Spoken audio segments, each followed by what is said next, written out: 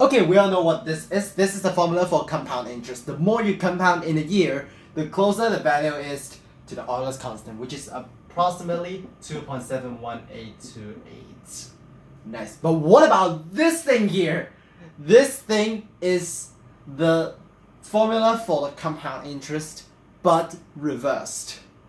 Just read it from the right to left, except for the limit operation because we cannot do it on the other side. So, how do we calculate this thing? Well, the sum is still the same as the above. But what is this fancy symbol right here? Why is it placed to the left of the expression, not the right? Well, we're gonna find out in this video. This thing is called the hyperpower, or in another word, it's called titration if you want to. So, we're gonna explain what this stands for first. I'm gonna show you a few examples so you can easily digest the meaning behind it. So for example, if I say I want to calculate x to the hyperpower of 2, what I'm actually doing is to calculate x to the power of x. And if I want to do x to the hyperpower of 3, that means I'm actually doing x to the x and to the x power. So it's really self-explanatory. So hyperpower actually means that the number raised to the power of itself for this many times. Okay, so right now the hyperpower n is infinitely big.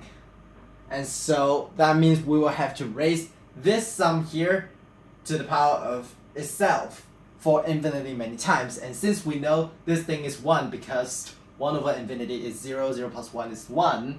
And so we can just write this part as basically the limit as n approaches infinity of 1 to the hyperpower of n.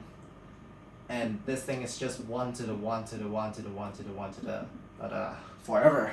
Now since all the exponents here are 1, that means we can just ignore them because they do nothing to our number. And so the final answer is just 1. And that's it.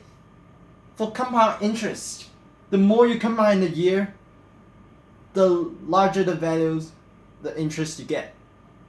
But for reverse compound interest, the more you compound in a year, the less you get.